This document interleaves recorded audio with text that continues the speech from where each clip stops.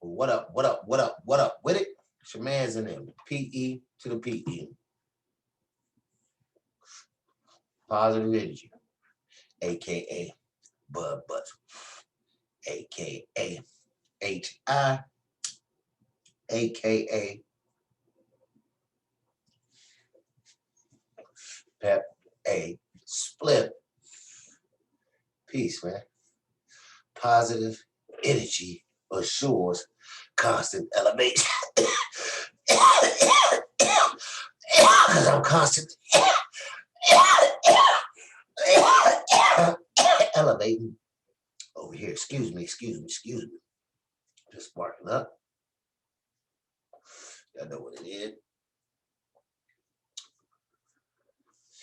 So here, talk a little bit hoops. It's about to be playoff time, okay? They say AD and LeBron resting. They got to do the play-in shit.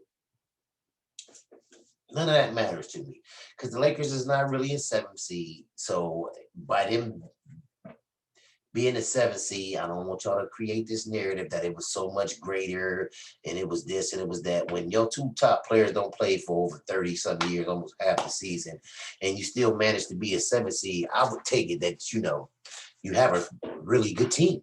Besides those two dudes, if y'all still can stay around 500 with two top 5 players not even on your squad, what you gonna do when you add 2 top 5 players to that squad that's almost 500?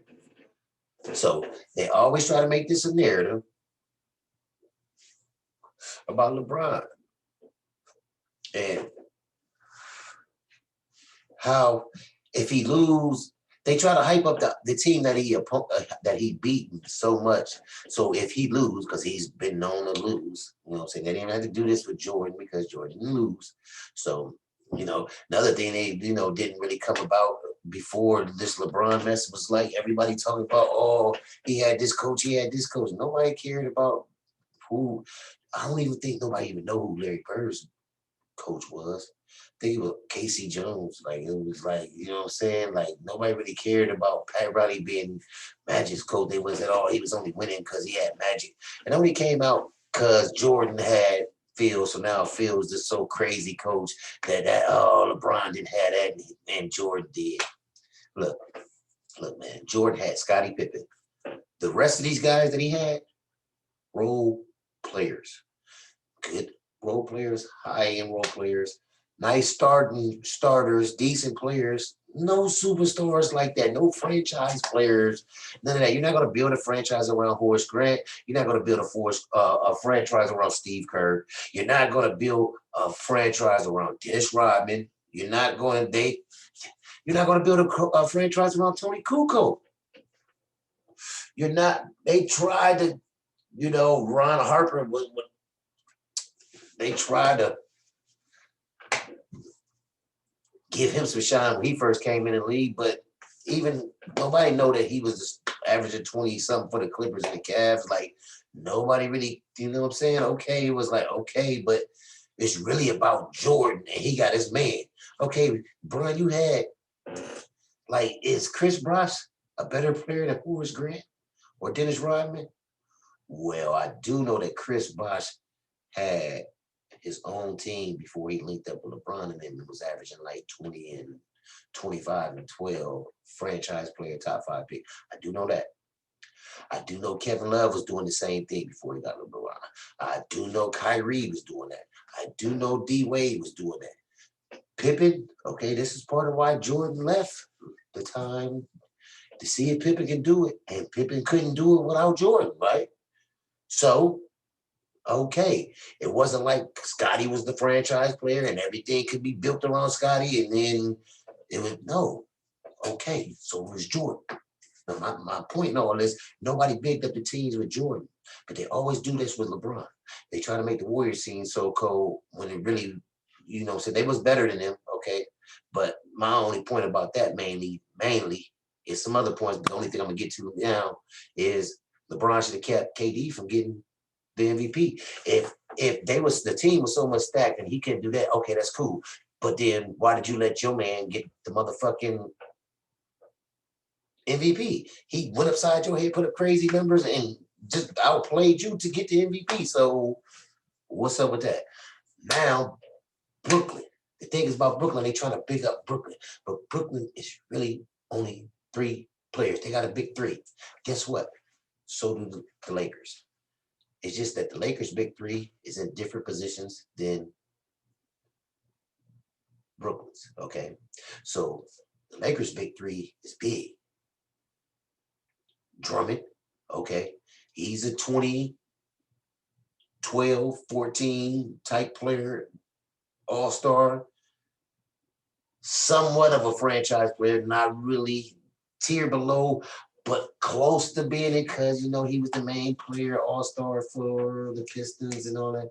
Not saying he's no superstar, but real good all-star level type player. Then you got AD and you got LeBron. They got KD. They got Harden's. Okay, so KD and AD can battle. Harden and LeBron can battle. And their third big 3 is Kyrie. Our third big 3 is Drummond. Okay, all right, everybody got 3. Them 2 is in. You going but here's the thing about it. The Lakers big man, their other third. Okay, just say AD and KD cancel themselves out. Boom, take them out. LeBron and Harden cancel themselves out. Boom. Then you got Harden and you got Drummond, but they're not gonna guard each other. But Kyrie is going to get Schroeder. Kyrie can get you 30. Schroeder can get you 20. They both gonna do about the same on the assist side. Maybe a slight edge to Schroeder because Kyrie ain't got the assist.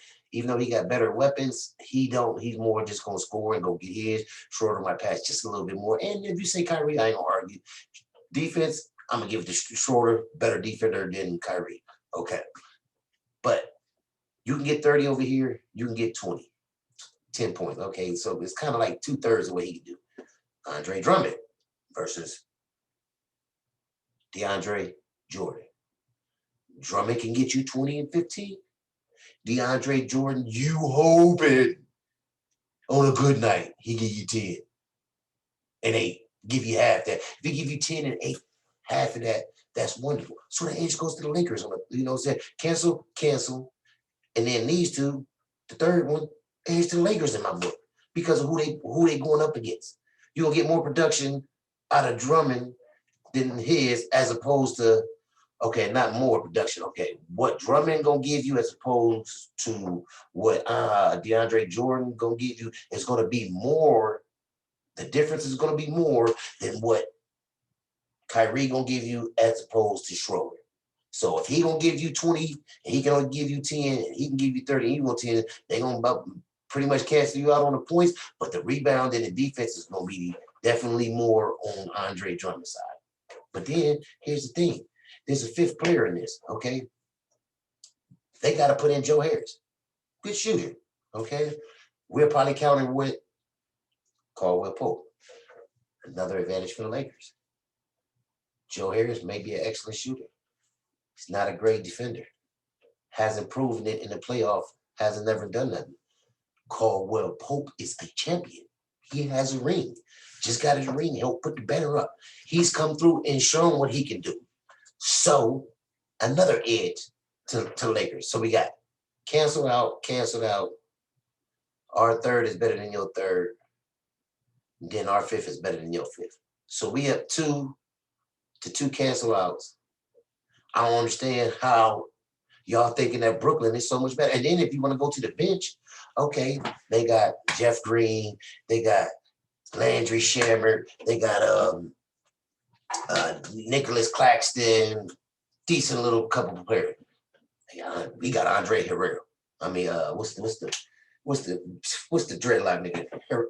I can't think of his name. Is skipping me. 6th man of the year, runner up. Him and Schroeder. I forget it. We just signed it. Y'all know what I'm talking about. I can't. The name is skipping me right now. Plus we got Gasol. Plus we got Kuzma. Plus we got Caruso. Plus we got Morris. Plus we got THT, Taylor Horton Tucker. Another advantage to the Lakers. Where is their advantage really at?